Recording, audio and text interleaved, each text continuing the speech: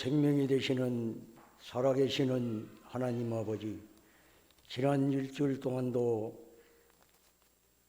사랑으로 지켜주시고 오늘 거룩한 주일에 예배의 자리로 저희들을 인도해 주시니 감사합니다.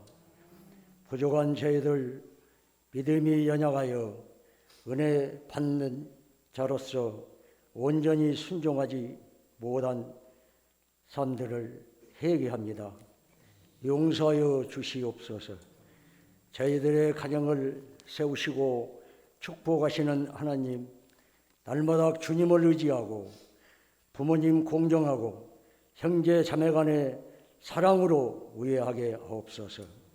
말씀과 기도가 풍성하고 기쁨과 감사가 넘쳐 각 가정마다 성령으로 충만하게 하옵소서.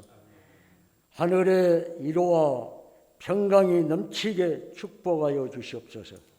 대동교회를 사랑하시는 하나님, 코로나로 인해 예배의 제약을 받고 불편함을 겪고 있지만 이보다 더 힘들고 무서운 것은 말씀을 듣는 귀가 묻어지고 회개의 눈물이 말라버린 지금 현실이 얼마나 이태로운지 깨닫습니다. 아버지, 저희들을 불쌍히 여겨 주시고 회개의 영을 부어 주시옵소서. 주님의 십자가를 바라보며 더 간절하게 기도하고 믿음의 열매를 맺는 저희들이 되게 하옵소서. 모든 성도들과 가정을 지켜주시고 불편함으로 고통받는 한우들을 치료하여 주시고 어려움으로 고통받는 성도들의 문제들을 해결하여 주시옵소서. 대동교회 청년들을 하나님을 기쁘게 하시고 나라와 민족을 품는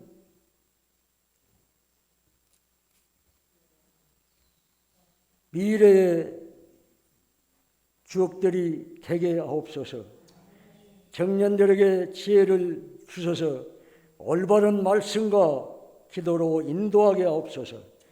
저희들 위에 영의 양식을 가지고 단위에 세우신 담임 목사님을 영육간의 강건함으로 붙들어 주시옵소서.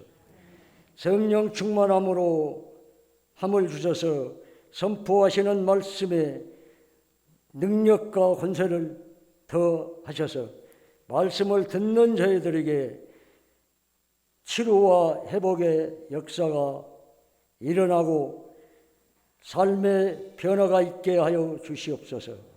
이 모든 말씀을 예수님의 이름으로 감사드리며 기도드립니다. 아멘. 가정의 달인 5월 네 번째 주일에 저희가 부부 주일로 이 주일을 구별했습니다. 첫째 주는 자녀 주일로, 또 둘째 주는 부모 주일로, 또 지난주 셋째 주일은 저희가 청년 주일로 또 이렇게 주일을 지켜왔고요. 그래서 가정의 구성원들을 생각하면서 하나님의 말씀의 교훈 앞에서 다시 건강한 믿음의 가정을 이루어 가기를 원하는 마음으로 말씀에서 다시 한번 우리의 가족을 돌아보는 시간을 갖고 있는 것입니다. 그런데요, 정말 중요한 가정의 구성원이 별로 중요하지 않게 여겨져 오고 있다는 사실을 알고 계십니까? 오늘 부부의 이야기입니다. 부부. 가정의 구성원 중에 부부가 차지하는 비중을 사실은 참 중요한, 가정에 어찌 보면 첫 번째 중요한 구성 요소임에도 불구하고 사실 가정을 생각할 때 부부를 먼저 생각하지 않습니다. 자녀 생각하고 부모 생각하고 이러지 부부에 대해서는 사실은 중요하게 여기지 않는 것이 우리 이 유교 문화권 속에서의 이제 우리의 전통인 것입니다. 사실 부부는 우리 이 상황 속에서 우리 자라온 풍속에서는 보이지 않는 존재입니다. 자녀를 낳아서 자녀를 드러내야 하는 존재, 또 집안과 가문을 위해서 희생되어지는 존재. 그것이 그저 심하면 한 아내의 모습이고 또 부부의 존재하는 모습이었습니다. 이 부부에 대한 이 중요성에 대한 이 중요성을 가볍게 여기는 것을 우리나라가 정하는 법정 공휴일, 법정 기념일로 정하는 모습을 보면서도 이것은 여실히 드러나는데요. 사실 어린이날과 어버이날은 국가 법정 기념일로 제정된 때가 1973년입니다. 1973년에 국가가 이날은 법정 우리 기념일로 지킨다 해서 달력에 빨갛게 달력에 표기가 돼서 그렇게 나오는 거죠. 그런데 민간 주도의 사실은 이 어린이날은 더 오래전으로 내려가요. 소파 방정환 선생과 몇몇의 사람들이 민간 주도 어린이날을 이미 1922년에 제정을 했다고 합니다. 그러니까 올해가 아마 91주년이 되는 해다 뭐 이렇게 얘기를 하는 것 같더라고요. 오래됐죠. 그리고 1956년에 어머니 날이 국회에서 공식적으로 이 법정 기념일로 국회에서 국회를 통과해서 기념일로 제정이 됩니다. 그리고 나서 1913년에는 어버이날로 우리가 지키는 어버이날로 확대해서 왜 아버지만 빼놓냐 고생은 더 하는데 그래서 이 아버지들을 배려해서 어버이날로 날을 개정해서 이렇게 확대해서 시행을 하게 되어진 것이죠. 어디에도 부부의 날은 없었습니다.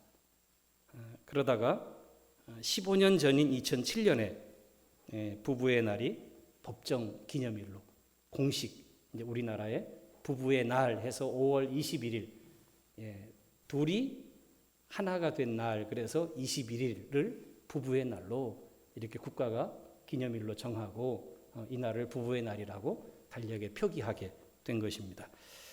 사실 이 일은 한 분의 목사님으로부터 시작됐다는 사실은 많은 사람이 모르고 그냥 지나가는 내용이 되고 마는데요. 경남 산청에 있는 권제도 목사님이라고 하는 분이 성경을 읽다 보니 성경의 가정의 중요성은 부부로부터 시작한다는 것을 이미 창세기에서 깨닫게 됩니다. 그렇죠? 한 남자와 한 여자를 주님이 만드시고 그리고 둘이 함께 있는 것을 좋게 보시고 그리고 가정을 주시지 않습니까? 그게 가정의 시작인데 그러니 사실 가정은 부부로부터 시작되는 거예요. 근데 사실 우리나라는 부부는 없고 자녀들을 어떻게 할 것인가 또 부모를 어떻게 할 것인가 이런 부분만 기념일을 정하고 거기에 관심을 쏟아왔으니까요. 그래서 이 목사님이 이 가정에서의 부부의 중요성을 그때 깨닫고 사실 민간 부부의 날을 위원회를 이제 더 오래전에 만들게 돼요. 그리고 나서 이 부부의 날을 공인하려고 하지만 사회 안팎의 인식 부족으로 어려움을 겪습니다. 그러다가 점점 사회적인 문제로 부부가 갈등을 겪고 이혼하다가 가정이 해체되는 이 심각한 상황이 사회 문제로 이제 대두가 되기 시작을 했습니다. 그러면서 사실은 이 목사님의 이 부부의 날, 민간 주도의 부부의 날이 주목을 받게 됐고 그러다가 이제 이 주목을 받은 때에 국회에 목사님 주도하에 이제 부부의 날을 국가기념일로 청원을 하게 됩니다. 국회에서도 사실은 이 안건이 2003년에 국회 본회의를 통과했지만 이것이 국가 법정 기념일로 정해지기까지는 4년을 잊혀져 버린 사실은 안건이 되어버리고 차일피일 미루다가 결국 2007년에야 이 부부의 날이 국가기념일로 등재되게 되었다고 하는 것입니다.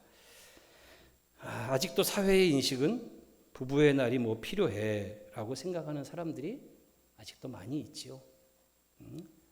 5월에 안 그래도 신경 쓸 날이 많고 5월이 부담되는 날인데 먼 자녀들 때문에 또 부모님들 돌아보라고 하고 안 그래도 그냥 힘든 경제에 부담이 마음이 되는데 거기다가 또 부부의 날까지 아이고 하고 한숨이 먼저 나오는 이제 이런 우리의 실정인데요. 그거 지킬 필요가 있는가 생각이 드는 그런 날입니다. 지난 21일에 한 아버지와 한 딸의 대화 내용 한 부분을 제가 옮겨 봅니다. 아버지가 딸에게 말했습니다. 딸, 오늘 부부의 날이라는데 뭐 없을까? 그러자 딸이 아버지에게 아주 간단하고 명료하게 대답합니다. 아빠, 결혼기념일이 있잖아. 대화는 끝났습니다. 부부의 날, 결혼기념일에 묻어가는 날, 결혼기념일에 묻혀서 그냥 결혼기념일에 한번 축하받으면 끝나는 것으로 부부의 날이 무슨 의미가 있느냐 생각하는 이야기이지요. 저희 집 얘기였습니다. 이게 오늘 부부의 날에 대한 우리의 이해고 부부의 날을 생각하는 사실은 우리의 생각입니다. 성경은 자녀의 중요성을 분명히 말하고 있고요. 또 부모를 공경한다는 것도 성경은 분명히 말하고 있습니다. 하지만 그 시작은 한 남자와 한 여자가 부부가 되는 일에서부터 출발한다는 것을 성경은 창세기에서 우리에게 분명히 가르쳐주고 있는 것이지요. 그렇습니다. 창조의 원리상 가정의 출발은 부부로부터 출발합니다. 거기에서 자녀가 있고 거기에서 부모가 있게 되는 거지. 부부가 없이 자녀가 만들어지고 또 부모가 만들어지는 일이 없는 것이지요. 그러니 사실은 이 부부에 대한 창조의 원리는 부부가 사실은 자녀보다 부모보다 사실은 더 먼저의 가치고 창조의 질서상 먼저 만들어진 가정의 구성원이라는 사실을 생각할 때 부부라고 하는 이 개념이 가정에서 중요한 것이구나라는 사실을 우리가 소홀히 여기지 말아야 되겠다는 생각을 하게 되는 것이죠. 사회는 어떻든 하나님의 말씀에 근거해 볼 때 이거 중요한 요소구나. 그 다음에 제가 한 말씀을 더 드리면 진짜 중요한 요소를 우리가 깨닫게 되는데요.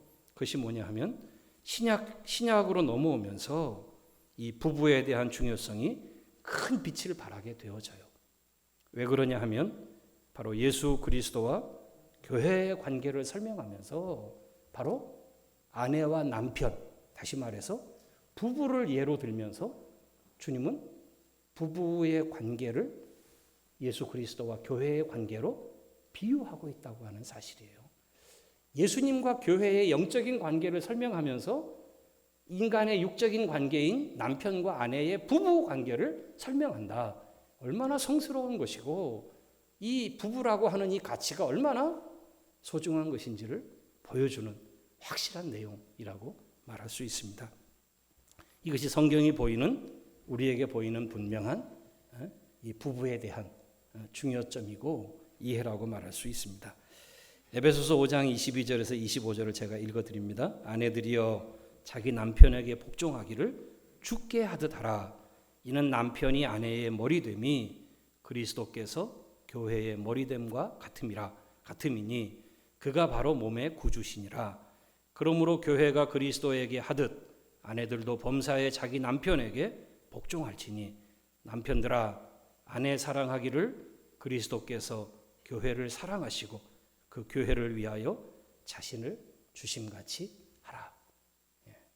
남편과 아내, 한 부부, 우리의 사회에서는 잊혀진 존재고 자식을 키우느라 부모 섬기느라 그저 뼈빠지게 고생하다가 늙어가는 존재가 되어버리는 이 부부라고 하는 존재가 오늘 예수 그리스도와 교회의 관계를 비유하는 이 모습으로 성경은 말해지고 있다. 여러분, 부부는 중요한 것입니다. 오늘 먼저 한 짝을 먼저 보내신 분들의 서운함이 있으실 것입니다. 하지만 아직 그 짝을 옆에 두고 있으면서 부부로 주님을 섬겨가고 계시는 분들이 있다면 이게 가족 구성원 중에서 부부가 중요한 것이구나 하는 사실을 꼭 생각하시기를 바랍니다. 이것이 성경적인 생각입니다. 부부가 건강해야 자녀들이 건강합니다. 부부가 하나님의 신앙에 든든히 서 있어야 그 가정이 흔들리지 않는 것입니다. 그러니 부부의 중요성을 우리가 줄여서 말할 수 없는 것이에요. 사랑하는 자녀들이여, 부부된 부모님들의 중요성을 인정해 주십시오. 그리고 그 가치를 박수를 쳐주셔야 됩니다. 결혼기념일에 보자고 이렇게 얘기하지 말고 부부의 날을 또 기억해서 아이고 이렇게 부부가 되셔서 우리가 나왔네 그렇게 좀 격려도 해주고 또 이렇게 축복도 해주면 우리 부부된 모든 부모님들에게 그것이 큰 위로가 되리라 여겨집니다. 또 부모님들도 마찬가지입니다.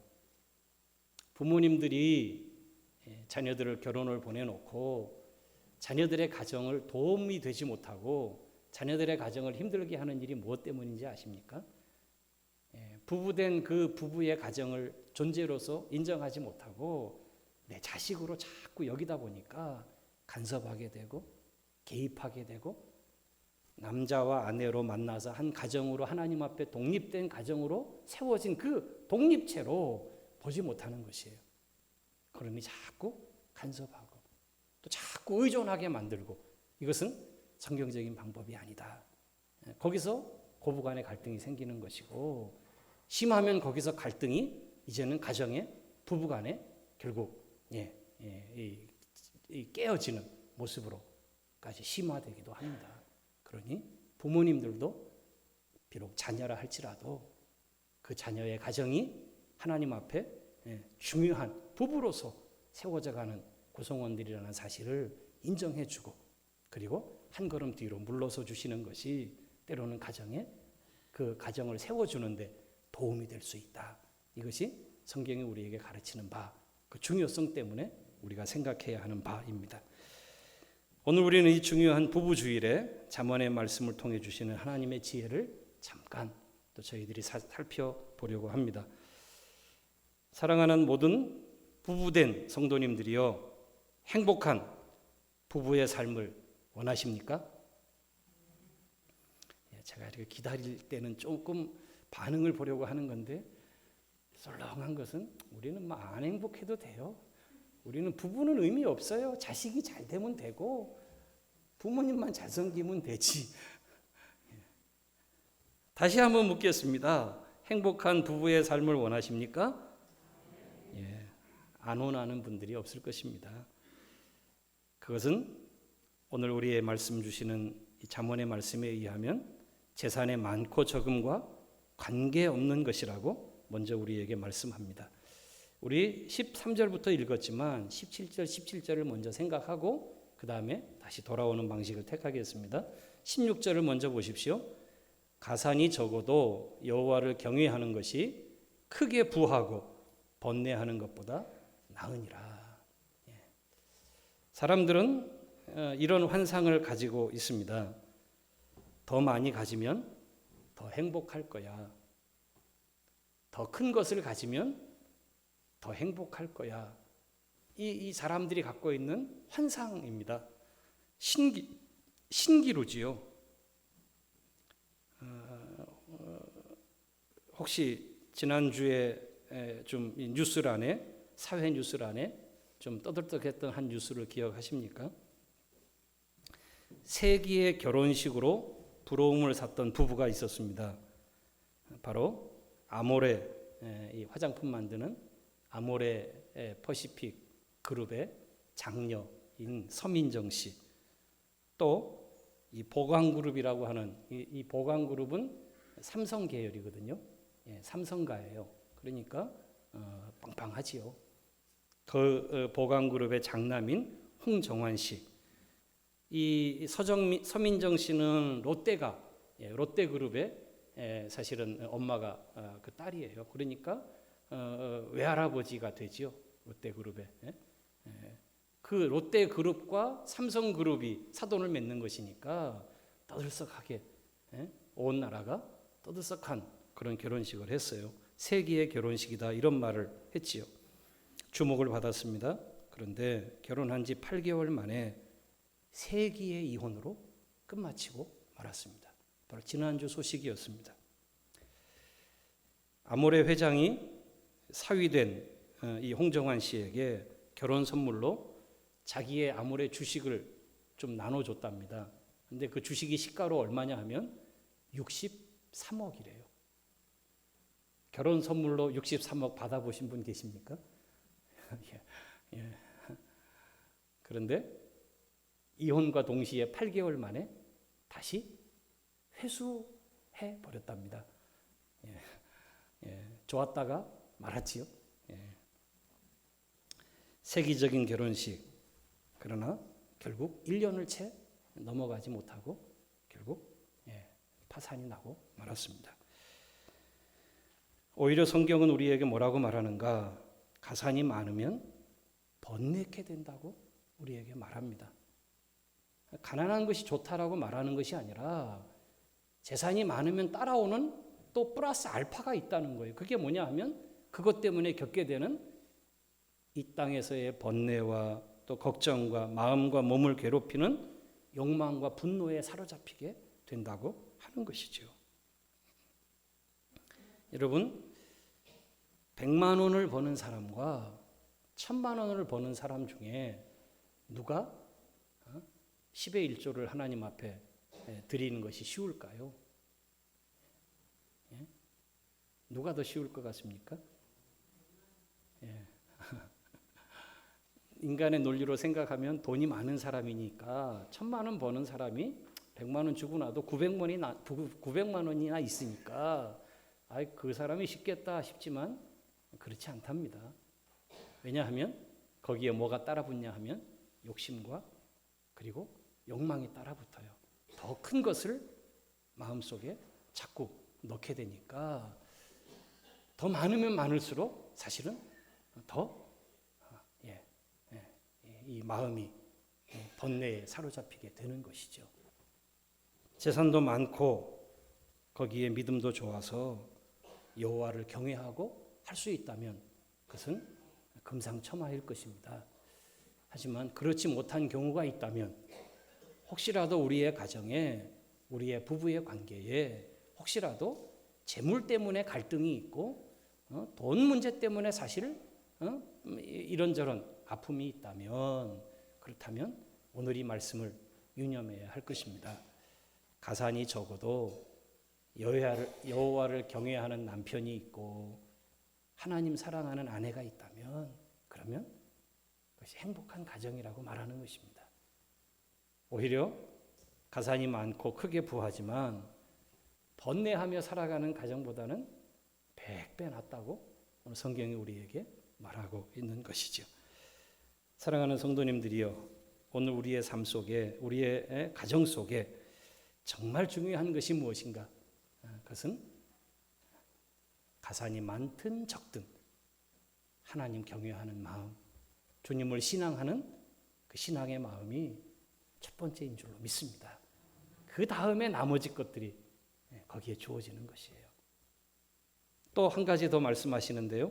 그것은 뭐냐 하면 이제 사소한, 재산은 좀 큰 문제고 사소한 문제, 먹는 문제조차도 사실은 먹고 마시는 문제, 이게 사실은 일상의 문제인데 일상의 문제에 먹는 문제에 좀 잘 먹느냐 좀 못 먹느냐도 가정의 행복을 좌우하지 않는다라고 말하고 있어요. 17절 말씀입니다. 채소를 먹으며 서로 사랑하는 것이 살진 소를 먹으며 서로 미워하는 것보다 낫다. 여러분, 사실 부부간의 갈등은요, 큰 데서 오기보다 사소한 데서 온다 그러잖아요. 먹는 거 뭐 먹느냐 하는 이 사소한 문제, 반찬이 왜 이래 하고 말하는 이 사소한 말, 여기서부터 사실은 갈등이 오고 이 갈등이 커지고 이런다고 말하는 것 아닙니까? 그렇습니다. 뭐 이것을 줬네 안 줬네, 나는 왜 먹을 걸 하나 주고 너는 왜 두 개를 갖네, 참 참 어찌 보면 부부가 참 치사하고 안 이뻤고 더러운, 죄송합니다, 부부주의래. 이거 아무것도 아닌 건데, 그런데 그런 것 때문에 사실은 이 마음이 부부간에도 깨지고 상하고 이럴 수 있다는 거죠. 근데 오늘 성경은 우리에게 가르쳐 줍니다. 그거 좀 더 좋은 거를 받아서 먹어도 또 그렇지 못한 좀 채소라고 표현되는 이거 보잘것없는 것 아닙니까? 하찮은 것 아닙니까? 그것을 내가 먹어도 그래도 그것이 상관이 없다. 오히려 뭐라고 말합니까? 채소를 먹으면서 서로 사랑하고 있는 것이 낫지. 사랑하는 마음으로 채소를 먹든 고기를 먹든 그 사랑하는 마음이 그 가정에 부부에게 있는 것이 더 낫지. 그 마음은 없고 오히려 서로 하고 미워하고 또 서로 어떻게 하든지 서로에게 갈등과 또 서로를 상처를 주려고 하는 이런 모습으로 소고기를 먹는들, 이게 무슨 소화가 되고 이게 무슨 영양분이 되겠습니까? 그렇게 안 되는 것이라는 거죠. 행복한 가정, 부부의 풍성한 삶은 사실 채소를 먹으면서도 사랑하는 사람과 이해해 주는 사람과 함께 먹을 때 그것이 영양분이 되고 그것이 행복을 이루고 그것이 가정에, 그것이 부부에게 사실은 기쁨이 되는, 즐거움이 되는 것이라고 말씀하는 거예요. 비록 소찬이라도 거기에 감사가 있고 거기에 사랑이 있고 거기에 이해가 있으면 그 가정은 행복한 가정인 줄로 믿습니다. 소고기 1등급, 소고기 플러스가 3개 이런 거, 특별히 한우 이런 거 펼쳐놓고 아침 저녁으로 먹으면서 그 다음 싸우고 또 네 재산이 많네 내 재산이 많네 이러고 이런 가정이 결코 복된 가정이라고 말할 수 없는 것이죠. 사랑하는 성도님들이요, 늘 번뇌가 떠나지 않고 서로 마음으로 잔뜩 웅크린 곳이 궁궐이라 할지라도 그게 무슨 의미가 있고 또 번쩍거리는 금부치가 온 집을 치장했다고 해도 그것이 무슨 의미가 있겠습니까? 오늘 우리의 가정 서로 사랑하며 여호와를 경외하며 사는 가정이 진짜 잘 사는 가정인 줄로 믿습니다. 그렇게 사는 것이 잘 사는 거예요. 믿음으로 살고 사랑하며 살면 콩나물국 밥이라도 이것이 살이 되고 그 다음에 우거지 해장국이라도 이것이 피가 되는 줄로 믿습니다. 이 두 가지는 제가 좋아하는 것이에요. 콩나물국밥, 우거지 해장국. 한번 따라서 하십시오. 믿음으로 삽시다. 혹시 옆에 부부께서 계십니까? 그러면 얼굴을 보시면서 사랑하며 삽시다. 쑥스러운 이야기를. 이제 마지막입니다. 그렇게 살기 위해서 각자의 마음을 잘 지켜야 될 것을 오늘 우리 다시 13절로 돌아가면 말씀하고 있다고 하는 것이죠. 13절 보십시오. 마음의 즐거움은 얼굴을 빛나게 하여도 마음의 근심은 심령을 상하게 한다. 사실 부부가 처음 만나서 한 남자와 한 여자로 만나서 이는 내 뼈 중에 뼈요 살 중에 살이라고 하는 사랑의 고백을 하면서 가정은 시작됩니다. 하지만 작은 일에서 부부의 갈등은 다툼이 되고 그것은 부부의 행복을 앗아가는 어둠으로 결국 그 가정의 자리를 채우고 말지요. 사랑의 약효가 발휘되는 중에는 괜찮아요. 사랑의 약효의 시간이 있어요. 그래서 3년이라고 누구는 말하기도 하고 아까 보니까 8개월을 못 넘기고 끝났으니까 한 5개월이라고 말하는 사람도 있고 그래요. 사랑의 약효가. 그 약효가 있는 동안은 괜찮아요. 이해가 된다고요. 그런데 이 약효가 떨어지는 때가 있어요. 이 효력이 떨어지는 때가 있어요. 그러면 사소한 것에서부터 마음이 심하게 상하는 일을 겪게 되는 것이죠. 마음에 기쁨이 있으면 얼굴이 환해지는 것은 당연합니다. 그러나 마음에 근심이 들어오면 심령을 상하게 한다라고 오늘 13절이 말하고 있는데요. 이 공동역은 이 심령을 상하게 한다는 말을 기가 꺾인다라는 말로 표현을 했어요. 남편의 기를 꺾어놓는 일, 아내의 기를 푹 꺾어놓는 길, 이게 심령을 상하게 한다는 표현으로 나타나 있는 말이에요.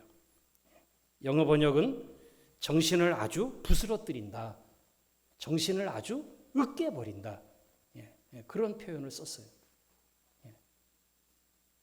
그러니까 사실은 이 마음에 사소한 무엇인가를 통해서 상대방에게, 아내든 남편이든 상대방에게 그 마음을 상하게 하는 것은 마음의 길을 팍 꺾어놓는 것이고, 삶의 길을 꺾어놓는 것이고, 그리고 그 마음을 완전히 으스러뜨려 버리는 것과 같은 일이 된다, 이렇게 말하는 것이에요.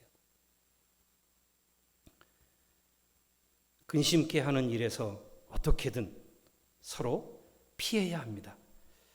14절은 그래서 미련한 입을 조심하라 라고 말하는 것입니다. 부부라도요, 마음에 즐거움을 주는 말이 있는가 하면 마음을 상하게 하는 미련한 말이 있음을 우리가 알고 있잖아요. 어떤 말이 상대방의 기쁨이 되는 말이고 어떤 말이 상대방을 낙심시키는 말인지 우리는 너무 잘 알아요. 그거 어디 가서 배우지 않아도 우리가 익히 경험하고 아는 것이에요. 그럼에도 불구하고 아내의 미련한 말 한마디가 출근길 남편의 마음을 근심하게 만들어버리고, 툭 던진 무심한 남편의 말 한마디가 아내의 마음을 상하게 하고 길을 꺾어버리고 으깨버려서 지옥에 갇혀버리는, 그 마음이 어두움 속에 갇혀버리는 삶을 경험하게 만들기도 하는 것입니다. 특별히 상상력이 풍부한 사람들의 문제, 뭘까요? 미리 앞서가면서 추측하고 오해하는 것이죠. 이것도 역시 부부간의 갈등을 겪게 하는 아주 중요한 부부간의 문제의 요소입니다. 조심하고 피해야 되는 것이에요. 의처증, 의부증, 이런 말들 아시지 않습니까? 이런 증상이 있게 되면 어떻게 됩니까? 의심이 마음에 이미 들어왔다는 것이고 상대방을 의심한다는 것이에요. 상대방을 못 믿는다는 것이에요. 아내가 남편을 못 믿고 남편이 아내를 못 믿어요. 그러면 이제 어떻게 됩니까? 사사건건이 불안한 거예요.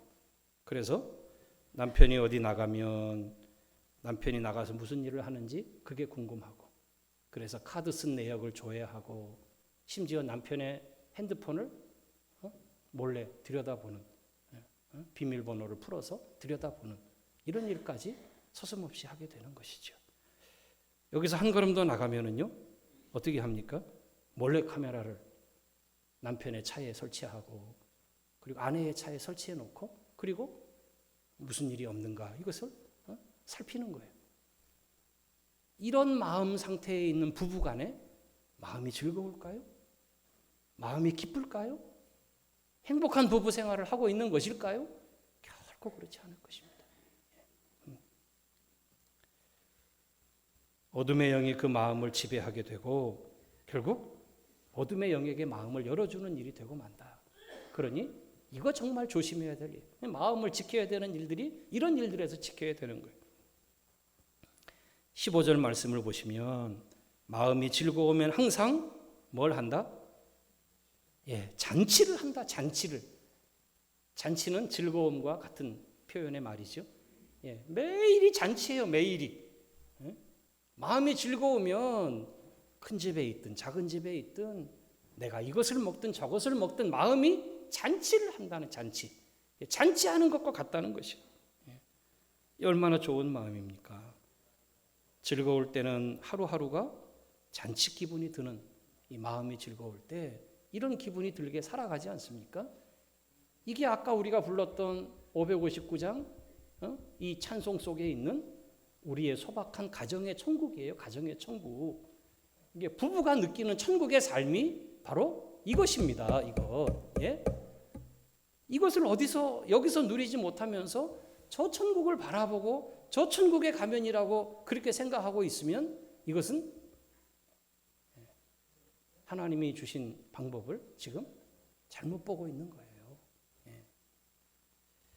오늘 우리에게 주신 내 짝지, 우리에게 주신 가정의 한 부부로 내게 세워주신 한 사람 한 사람을 대동의 부부이신 여러분들 마음이 늘 하나님 나라의 잔칫날 같은 이런 마음으로 부부들 되신 그 가정이 또 홀로 되신 분이라도 그렇게 살아갈 수 있게 되기를 주님의 이름으로 축원합니다. 그렇게 하려면 어떻게 해야 될까요? 마음을 잘 지켜야 됩니다. 마음은요, 그냥 내버려 두면 오만 생각이 들어왔다 나갔다 이거 주체할 수 없게 됩니다. 그래서 성경이 마음을 지켜라, 다른 거 지키려고 그러지 말고 네 마음 지켜라. 마음. 왜? 여기서 생명의 근원이 여기서 나온다. 그 말씀하는 것 아닙니까? 마음을 잘 지켜야 돼요. 근데 우리가 경험해 보지만 우리가 지키려고 한다고 마음이 지켜집니까? 내 멋대로 아닙니까? 마음이 근심하지 말아야지 했는데 어느 순간에 근심이 우리 마음속에 푹 들어와 있고, 이게 즐거워야지, 다 원하죠. 즐거워야지 안 하는 사람 어디 있어? 근데 어느 날 또 슬픔이 또 마음속에 꽉 채워지고 마음은 내 마음대로 할 수가 없는 것 같아요. 이게 우리의 솔직한 고백이고 우리가 하나님 앞에 인정해야 되는 우리의 모습이에요. 내 마음은 내가 마음대로 할 수 없는 것 같아요.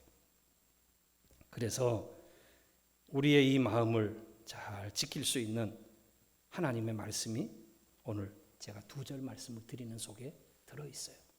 이 말씀은 이제 한 주간 여러분이 이 말씀 구절을 또 집에서 돌아보시면서 생각하면서 이번 한 주간에 부부간이든 또 가정에서든 우리의 마음을 그렇게 잘 지켜보시기를 바라는데요.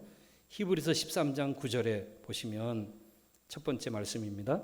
마음은 은혜로서 굳게 함이 아름답다, 이렇게 말합니다. 마음을 지키는 첫 번째 방법, 무엇으로 지킨다? 은혜로 지킨다. 그 은혜가 뭡니까? 내게서 나오는 겁니까? 아니요. 하나님으로부터 주어지는 거예요. 은혜는 하나님에게서부터 와요. 그러니 하나님 바라보고 하나님 편에 서 있고 하나님 가까이 하고 하나님의 은혜를 사모하라는 것이, 그것이 무엇을 지킨다? 우리의 마음을 지킨다. 은혜는 그물과 같습니다. 어떤 그물이냐 하면요, 감사와 찬양과 이해와 사랑은 술술술술 잘 통과해요. 잘 통과하는 그물이에요. 그래서 마음속에 감사가 들어왔다가 또 아이고 감사합니다가 막 쉽게 빠져나가요. 그래서 이런 것은 쉽게 통과하는 그물이에요. 근데 여기에 뭐가 걸리는지 아세요? 은혜의 그물에는 불평이 걸리고요, 의심이 걸리고요, 불신의 마음이 걸리는 거예요.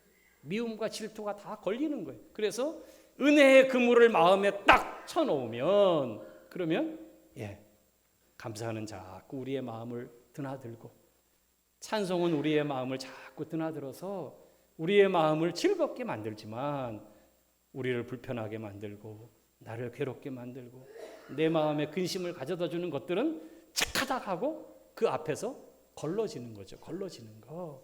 이게 은혜의 그물입니다. 사랑하는 성도님들이요, 오늘 여러분의 마음에 은혜의 그물을 던지시기를 주님의 이름으로 축복합니다. 다른 데 던지려고 그러지 말고, 엄한 데 그물 던지지 말고 여러분의 마음에 그물을 던지십시오. 은혜의 그물을 치십시오. 그리고 살아가시면 우리의 마음을 하나님의 은혜가 굳게 해주고 지켜주는 줄로 믿습니다. 또 다른 한 말씀을 더 여러분에게 드립니다. 사도들 중에서 결혼을 경험했던 사도가 한 사람 있지요. 베드로입니다. 결혼 생활을 경험했던 베드로가 아내들을 향한 권면을 베드로전서에서 하고 있는데요. 베드로전서 3장 3절 4절 말씀이에요. 제가 읽어드립니다. 너희의 단장은, 아내들이여 너희의 단장은 머리를 꾸미고 금을 차고 아름다운 옷을 입는 외모로 하지 말고 오직 마음에 숨은 사람을 온유하고 안정한 심령에 썩지 아니할 것으로 하라. 이는 하나님 앞에서 값진 것이니라. 우리의 진짜 모습은 어떤 모습일까요? 지금 여러분이 보는 이 모습이 저의 진짜 모습이 아니라는 겁니다. 지금 우리의 눈에 보이는 옆에 있는 사람의 모습이 그 사람의 진짜 모습이 아니라는 거예요. 어디 모습? 이 안에 있는 숨겨진 사람. 그것을 성경은 속사람이라고 말합니다. 이 속사람이 진짜 나예요. 이 속사람이 진짜 우리예요. 겉은 쭈글쭈글 늙어져 있지만 이 속사람은 하나님의 은혜로 늘 새로워지는 이것이 바로 우리의 본 모습이고, 성도가 그것을 인해서 우리의 이 겉사람이 후패하는 것으로 실망하지 않는 이유가 거기 있는 것이에요. 여러분이 본 모습을 봐야 되는 거예요. 우리의 진짜 모습을 봐야 되는 거예요. 우리 안에 있는 숨은 사람, 그것을 온유하고 안정된 심령에 썩지 않을 것. 뭘까요? 영원하신 푸른 마르고 또 뭐예요? 꽃은 시드나 주님의 말씀은 영원해. 오늘 그 찬송 부르면서 제가 얼마나 은혜를 받았는지 2층에서도 막 손을 이르면서 아이들이 찬송을 하더라고요. 주님의 말씀이, 주님의 말씀으로 그 마음을 온유하게, 그 마음을 더 풍성하게, 주님의 말씀 앞에 그 마음을 채우면, 그 말씀이 마음을 가득히 하면, 그러면 우리의 속사람이 가꾸어진다. 더 아름다워진다. 더 성숙해진다. 이게 진짜 우리의 모습의 아름다움이고, 이것이 오늘 성경이 가르치신 우리를 또 부부의 삶 속에 우리의 마음을 귀하고 아름답게 지켜갈 수 있는 행복한 삶을 위한 천국을 이루는 삶의 비결이라고 가르치고 있는 것입니다. 사랑하는 성도님들이여, 하나님의 은혜와 살아있는 말씀으로 이 한 주간 마음을 지키시기를 축원합니다. 천국 잔치하는 마음으로 부부간에, 또 가정의 식구들 간에, 그리고 사랑하는 교우들 간에, 그리고 사랑하는 우리의 이웃들 간에 이 천국을 누리는 잔치하는 삶이 되어지시기를 주님의 이름으로 축복합니다. 아버지 하나님 감사합니다. 부부주일에 주시는 교훈의 말씀을 전하고 들었습니다. 하나님 그저 듣고 여기서 끝나지 말게 하시고 행복한 부부의 삶, 행복한 가정, 하나님 우리의 마음을 잘 지키고 은혜와 말씀으로 이 한 주간도 살아가도록 인도하여 주옵소서. 예수님 이름으로 기도하옵나이다.